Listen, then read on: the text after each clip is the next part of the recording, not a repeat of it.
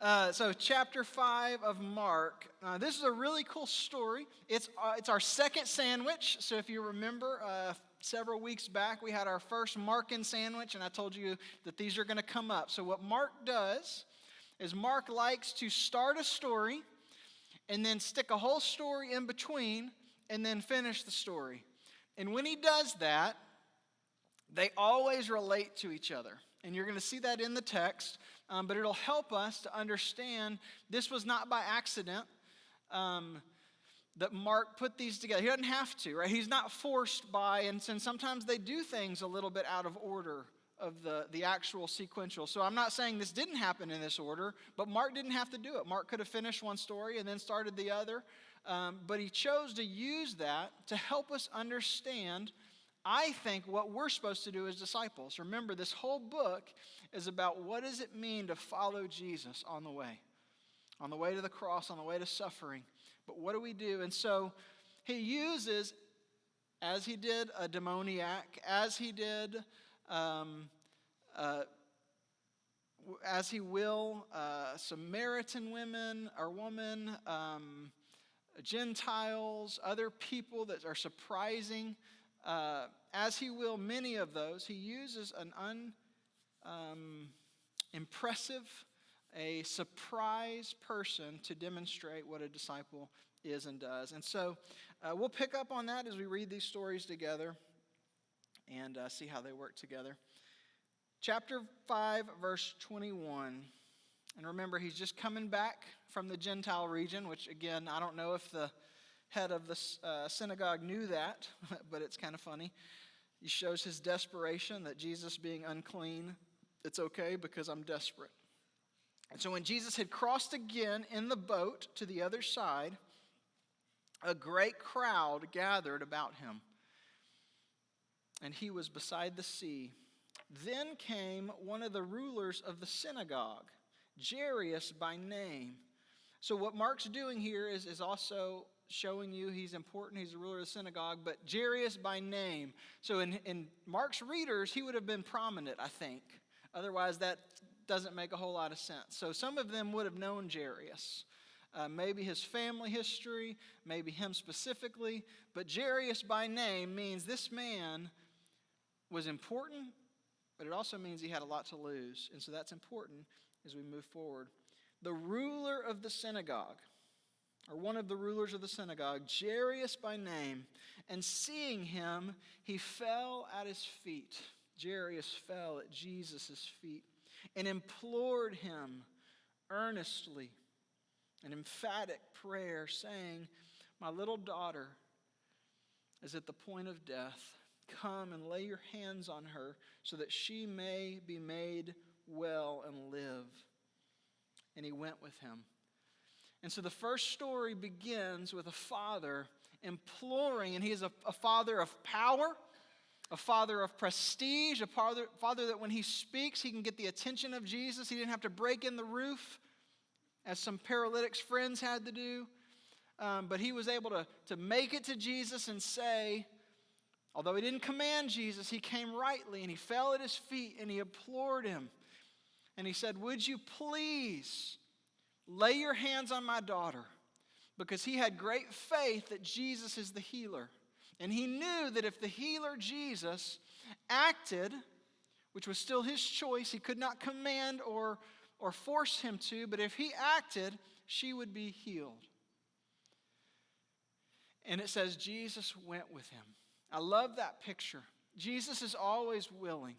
Now, he can't help everybody when he's in his flesh, right? Like if he went with her, and we're going to see in a minute, he was delayed by somebody else, so he can't be going at the same time as he's staying.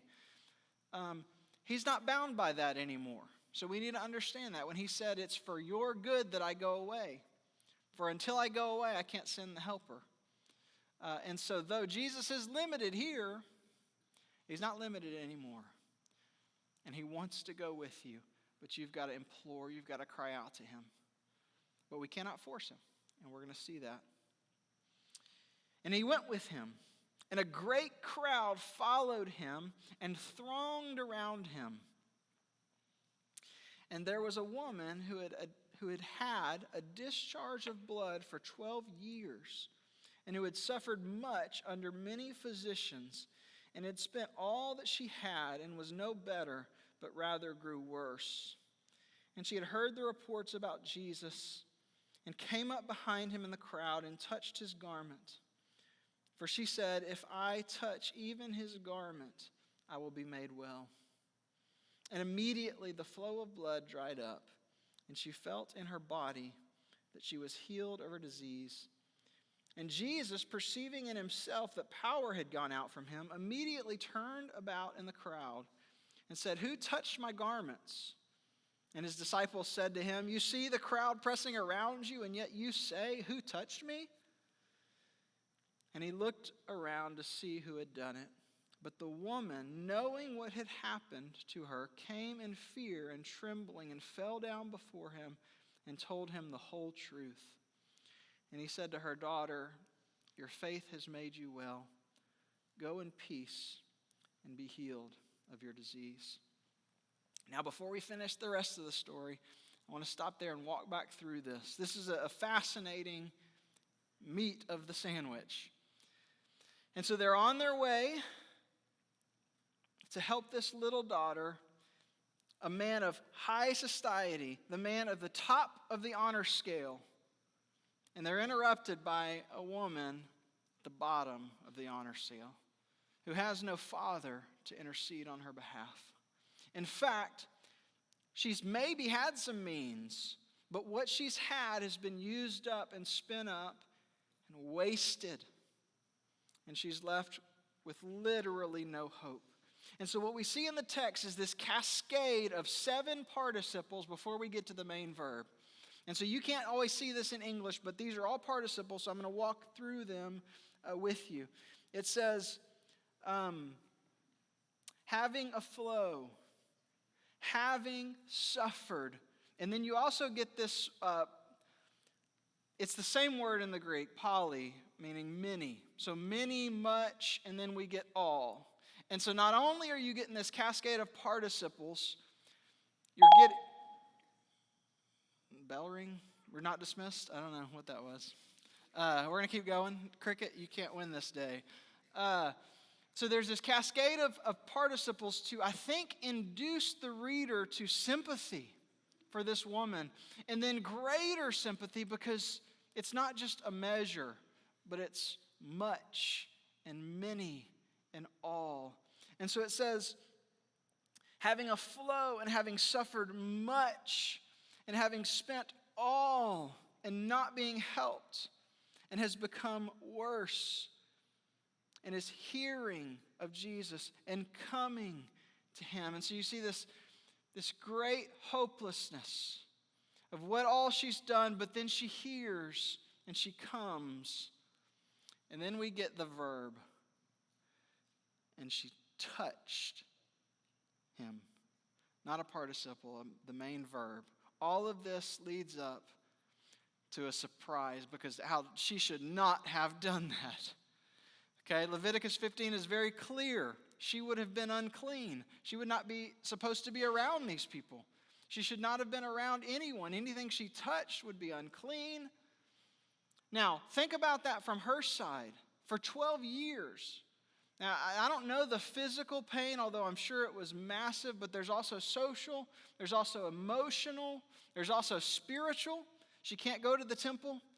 She has to continue to do these sacrifices to try to cleanse her, but she's never clean. And so I want you to see words that were used about her are only ever used about Jesus in Mark. Suffered, scourged. That's verse 26 is suffered. Verse 29, scourged. Verse 25, shedding of blood. And verse 29, shedding of blood. Only used of Jesus. And it's what Jesus tells them the disciples must do. The disciples must suffer. I'm going to the cross to be scourged. I will shed my blood. And so what I think they're doing is, although we can't fully understand how tough it was for this woman, it was death. It was as bad as it could be. And so that helps us understand now why she would break social propriety. Because desperation is greater than propriety. I think she would like the well. I agree. We're not going to be so upright or uptight about things when, you know what, I just need the Lord. I'm just going to cry out to him and I'll ask for forgiveness later. Because I have no other hope apart from him. And so she reaches out and touches him. And so this not only describes her hopeless condition, but it creates this stark suspense. What is Jesus going to do? And immediately you see, oh, something's about to happen. Who touched me? And the disciples are like, everybody's touching you. What do you mean? And it says he looked around to find out who had done it. It just sounds like, uh-oh, you're in trouble.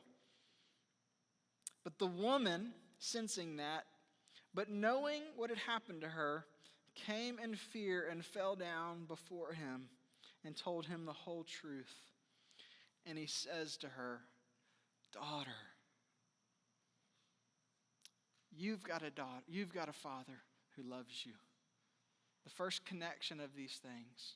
Only person Jesus ever calls daughter in the Gospels, this woman. He is highly exalting her. Daughter, your faith has made you well.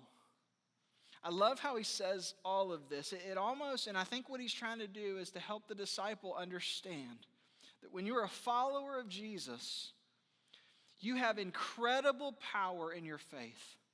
Now, you don't have the freedom to be God, to command things.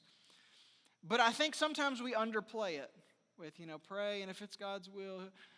We have great power. And so look at this, how Jesus words it.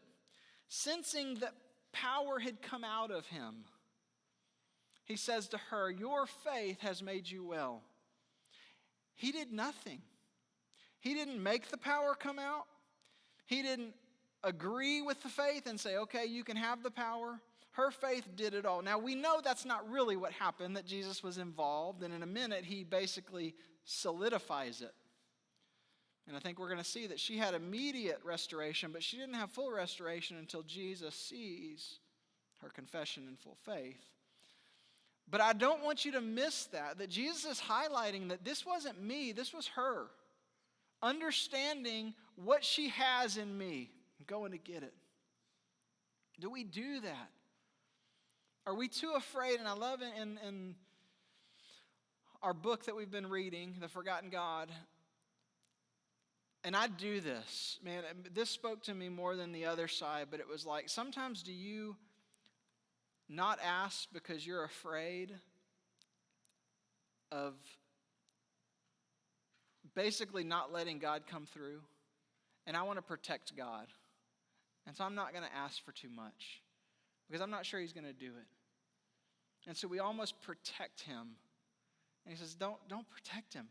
Ask for bold things. Ask for crazy things. Now understand it's still his will. It's still his choice. But he wants to do it. He wants us to pray to him. He wants us to answer prayers. And so we've got that freedom to call for things that we cannot do. Now, just a quick aside, but I think it's kind of cool. In Micah, it says, talking about when the Messiah comes, it says he will come with healing in his wings. I'm not sure the verse. I didn't look it up. I just remember this. But you can go back and look that up. If you just type in Google or whatever, healing in his wings, you'll find that verse. The cool thing about that verse is the word wings there in Hebrew could either be wings, like wings of a dove or an eagle or whatever, or hem of a garment. Now, of course, when they were interpreting that, they didn't make a poor choice. It made more sense to say healing in his wings. But actually, the Messiah came with healing in his hem. So I thought that was kind of cool. And it's one more small evidence that God knew what he was doing, picking and choosing every single word as he wove these testaments together. And so we can trust our word of God. So if you go back and read it in Hebrew, you can now say, oh, God knew this was coming. And we could look back and say he was the Messiah because he had healing in his the hem of a garment. I just thought that was kind of cool. So what do we learn from this woman? And this is where we want to pick up into the next thing before we go. And so I want to look at a few things, lessons learned. I think the reason for this sandwich is to see if Jairus can learn from the woman. To see if Jairus can do the things that she has taught us. And then if he does, he'll be successful. And also for us, will we learn from this poor woman who did what seemed like the wrong thing, seemed like the crazy thing, but in fact, it was the right thing because God honored her. And notice one more quick thing, where she was. It says, coming behind him, she touched his garment. Mark is very careful to make us see. And in fact, he then says, and then Jesus turned around. The Bible doesn't give details very often. It's just not in the nature of especially Hebrew narrative. And then the disciples and the gospel writers kind of adopted a lot of Hebrew narrative style. If there is a detail, it's important, okay? And so that's one of them. He's picturing her as a follower of Jesus. What do? We come behind him and follow him. And when we're behind him, we have great power through our faith. And so she was behind him. Now, let's see some things that we learn. Number one, and I've already touched on it, desperation is greater than propriety. We've got to reach a point, and both of these characters are there now. Both Jairus and this woman that says, you know what? I might catch some flack for this. There might be some shame here. I may have to upend some things of my life. It might get messy, but I don't care anymore. I'm dying. My daughter's dying. If God can help, I'll do what he wants. I'll be his. And it requires, when we start to understand this faith that can overcome fear, it has to be at a point of desperation where we've exhausted all other options. Or maybe we haven't, and this is the better disciple, and also the better life. Here's some life lessons. You don't have to exhaust all the other options. You just have to know if I went down those roads, they wouldn't work. And so the good disciple learns from others and says, you know what, I'm not going to try that. I'm just going to do what I should have done in the first place, which is obey and trust. But there's incredible desperation here, which interrupts and supersedes propriety. Does this sound like your life? A secret addiction, a secret shame, helplessness, anxiety, that you say, you know what? If I admit it, people know now, and I've got to deal with it. Or they're going to look at me different, or they're not going to think I have it all together. Or they're going to know I'm a sinner, or they're going to know these things about me. Yes. I won't say, well, you can tell me and I'll keep it secret. None of that will happen. No. No, I will. I'll give you confidence, but that's not the point. The point is, so what? Do you want to stay in your death? Do you want to stay in your helplessness? Or do you want to be helped? Throw that stuff to the wind. God is calling you. Reach out in faith. Risk it all. Run with scissors. Do these things. Take risk. Second, we see bumping up, brushing past is not the same as reaching out. He says, who touched me? And they say, well, what do you mean?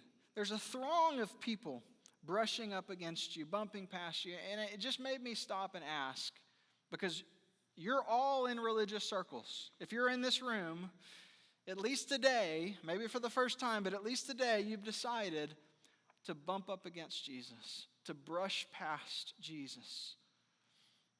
My question is that all you're doing? Are you just in and around him?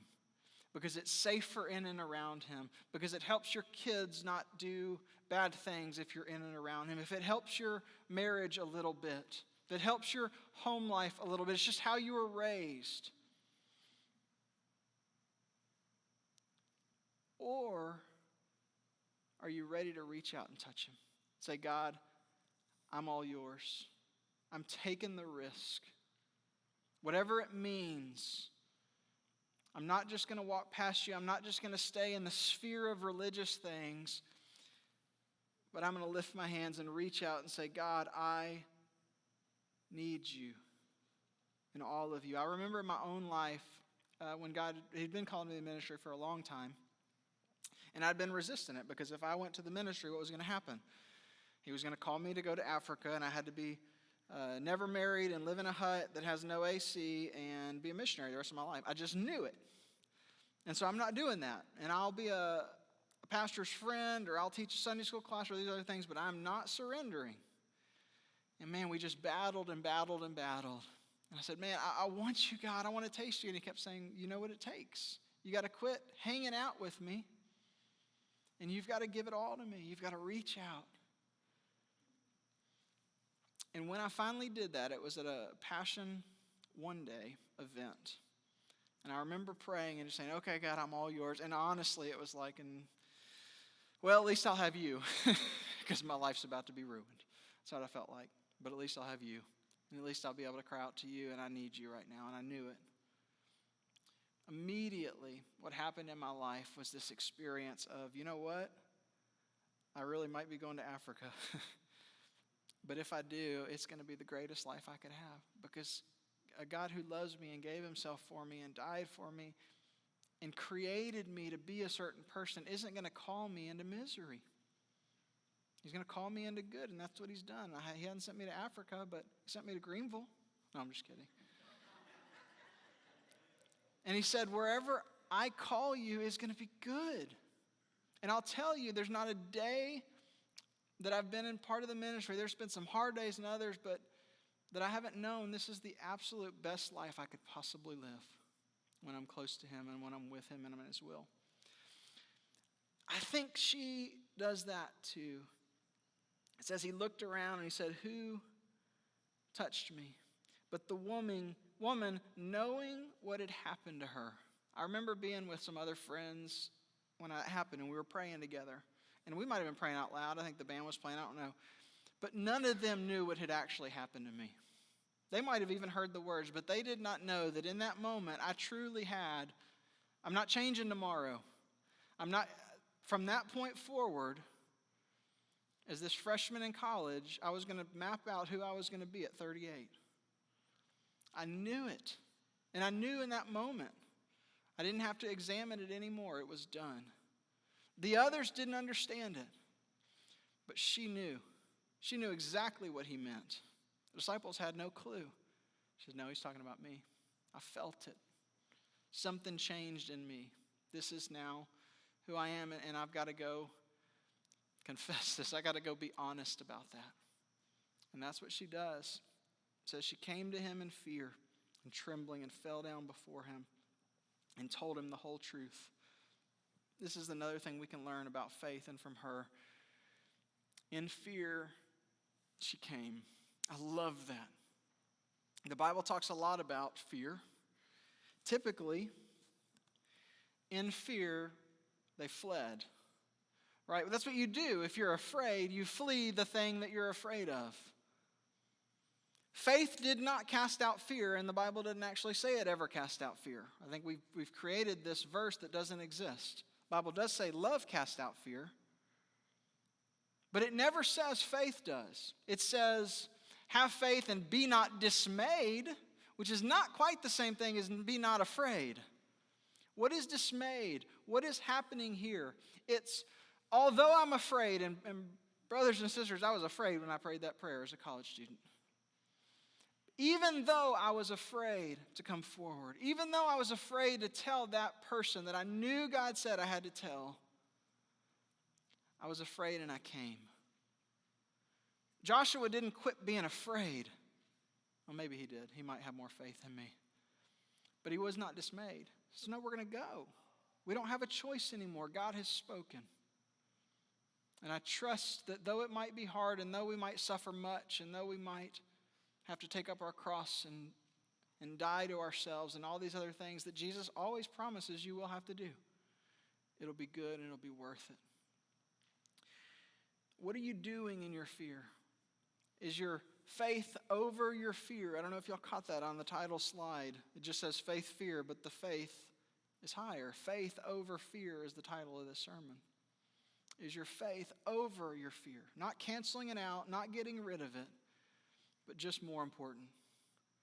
There are things God might lay on my heart for our church, for me to preach that I know you are not going to like. Or that I know there's going to be at least people in our church who might leave if I say this. And it's terrifying. I want everybody to like me, okay? I'll just be honest. I don't want that.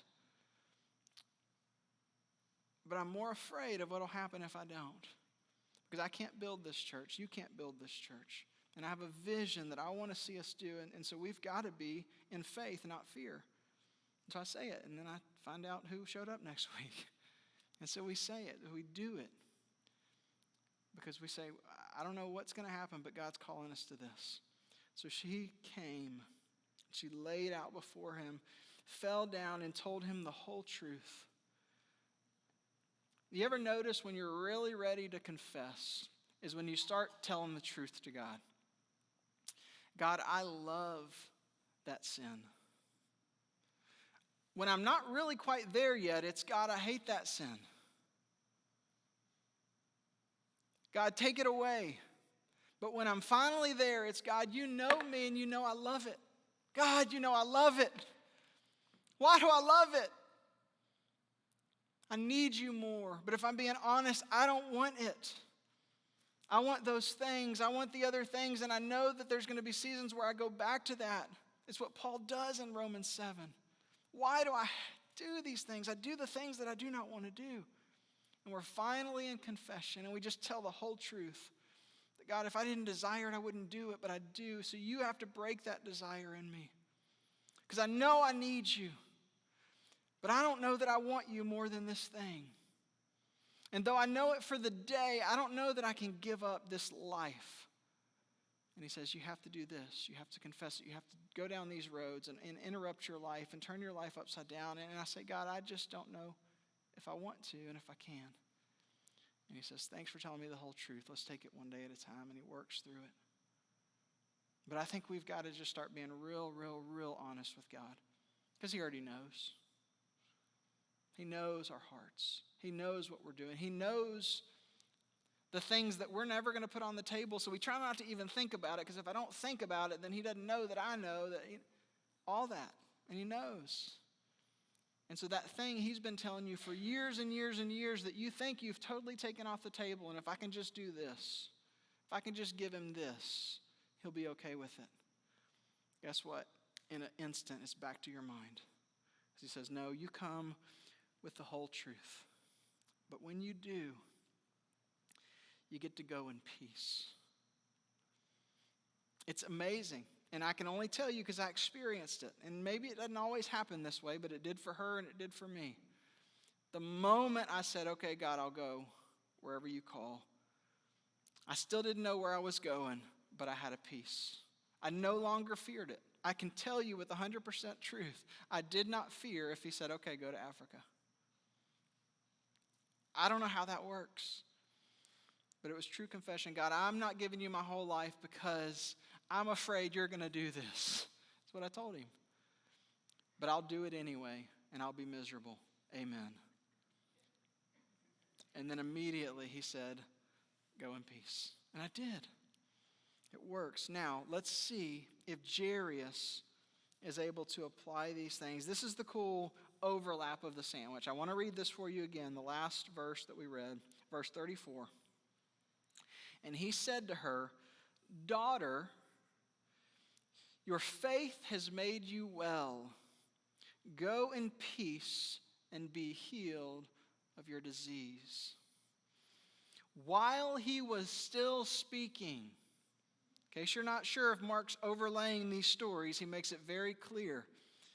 While he was still speaking, there came from the ruler's house one who said, daughter, your daughter is dead. Why trouble the teacher any further? Look at these again. Daughter, your faith has made you well. Sir, your daughter is dead. Go in peace. Why don't you let him go in peace. There's nothing more he can do for you. And that's a fair assessment. Jesus was a healer. He never brought anybody back from the dead. This was a different story altogether. Had his daughter died, Jairus probably never makes the journey. Because that's not what Jesus does. But Jesus is a healer, and if he lays his hand on her before she dies, we have hope. But Jesus, overhearing, said to Jairus, actually he doesn't say to Jairus, Jesus said to the ruler of the synagogue. I think Mark again is emphasizing what this might cost him. He didn't just say to Jairus, but he said to the ruler of the synagogue, which may have to lay that down if they see that he's fraternizing with Jesus. Do not fear, only believe. Wait a second, you're a healer. But he's challenging him.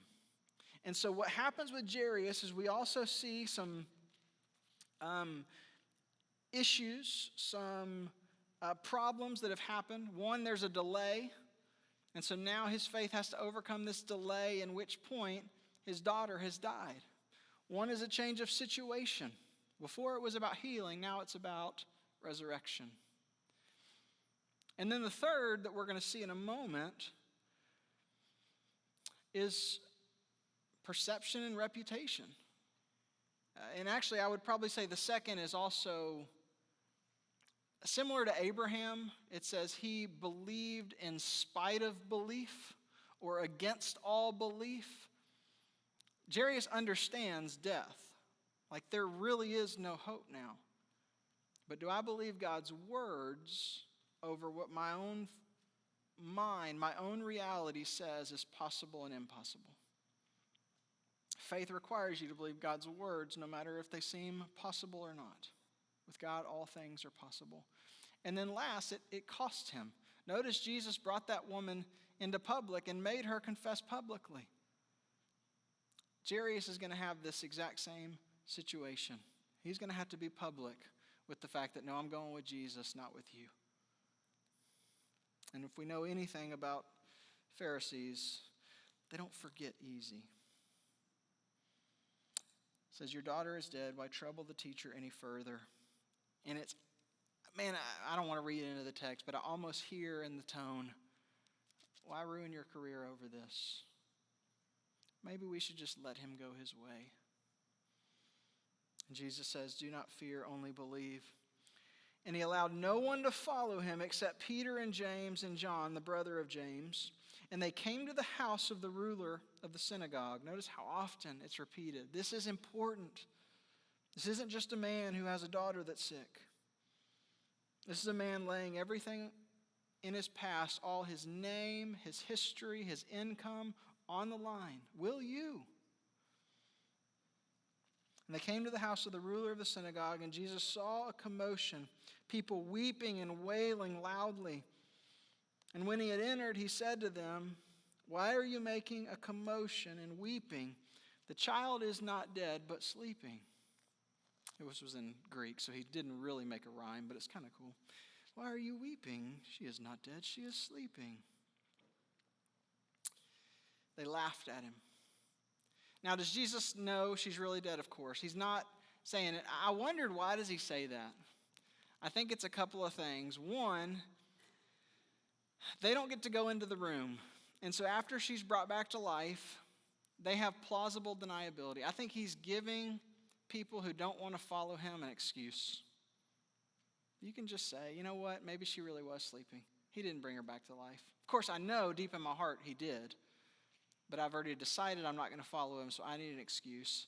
I don't know if it was just a gracious, you know what, if you don't want to follow me, here you go. But you really know what's true. But I think it's also to create the mockery. Are you going to go with this guy? We've seen her. We felt her pulse. We're weeping and wailing. And he says she's sleeping? He's a fool. He's making it that much more difficult. And they start laughing at him and mocking him.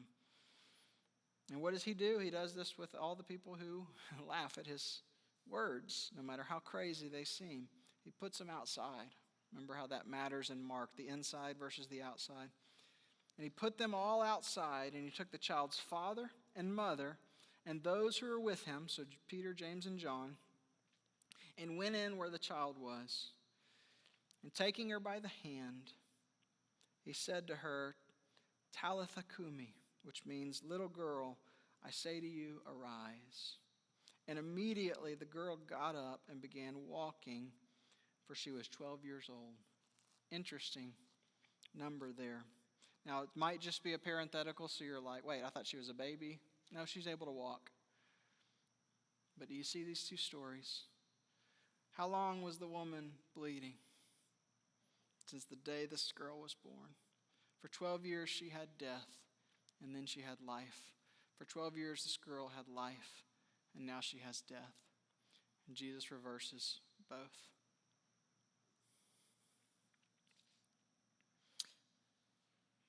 And they were immediately overcome with amazement. And he strictly charged them that no one should know this, and told them to give her something to eat. I don't know why. Okay, I've wondered. Maybe it just gave him time to escape, so the crowds didn't follow him. But he says, don't tell anyone. You know what happened. Give her something to eat. Enjoy your time with your daughter, who I've just brought back to life and done what you didn't think was possible. Now, let me ask you. Jairus is gone. What about you? Will you believe Jesus' words? I have come that you may have life and have it to the fullest. Or whatever other promise you need. Or will you believe the lies of your flesh that says, you can't give that up. You won't be you without that. It's too risky. It's too much. There's got to be another way.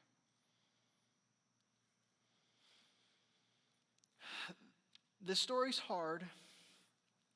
These stories, because the focus is not that every occurrence of death and disease, every instance of death and every occurrence of disease is going to be overturned, at least in this life, but that fearless faith is effective for the disciple of Jesus.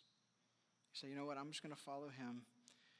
And so the fearless faith of the disciple in Christ's ability to handle every single disease, every single loss, every single problem is real and effective. And he can, and he loves you. It says he went with you. He calls this woman daughter. And so we have to overlay those two things, that God cares about you so much that even if nobody else in this world has, even if every other person has abused you, he loves you, calls you son, calls you daughter. And he's able to do anything, not just heal, but raise from the dead and everything in between. Now, we can't command him to do it. But if I know those two things, if I know he loves me and has my best in mind, and he's able to do anything, then we can be followers of his, even if we don't always get what we want. And we can know he is not wasting this suffering. He's not wasting the scourging, and it might take 12 years. It might even take longer, but I would suggest there's probably not too many things that you've prayed about for 12 years and hadn't just given up on. Well, this is evidence that that's not enough time. Like, keep going. Maybe it's longer, maybe it's more. But God can. And if he hasn't acted yet, there's a reason. He will not waste suffering. He will not waste your pain, your hurt, your worry. But we've got to go to him fully and without fear. If your heads are bowed, eyes are closed, I just want to ask you, what is it you're desperate for?